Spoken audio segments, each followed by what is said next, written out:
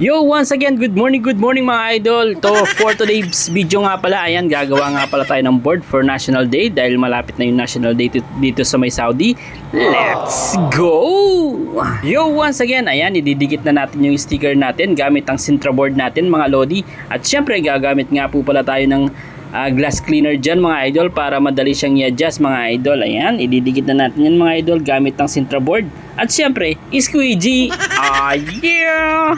At ayan na nga mga lodi, mag-ingat nga mo pala tayo sa pagdidikit ng sticker. Ayan, pagkatapos nga po pala natin maidikit yan mga idol, siyempre gagamitin natin yun ng heat gun. Ayan, para lalo siyang mas madikit sa Sintra board mga idol. At pagkatapos natin heat gun, ikakat natin yan para mas lalong kumapit yung sticker sa Sintra board. At pagkatapos madali lang siyang ikat mga idol. Ganyan po yung technique ko dyan mga idol. Pero iba-iba po yung technique dyan mga idol kung saan po kayo napapadali mga idol. Dun po kayo. Kung saan kayo namamadali mga idol, yung technique nyo mga idol, dun, yun po yung sundin nyo mga idol. So, yung sa akin lang mga idol, sharing lang po ng ideas. Ayan.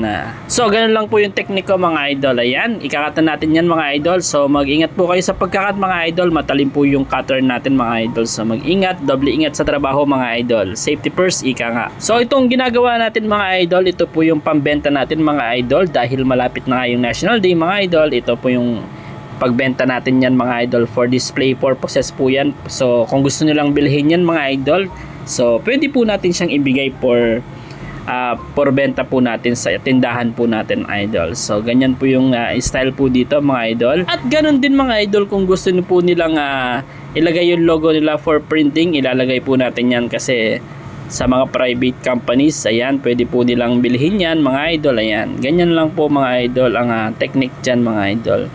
At maraming salamat nga po pala sa mga nanonood ng video natin mga idol. Ito na yung finished product natin. Let's go!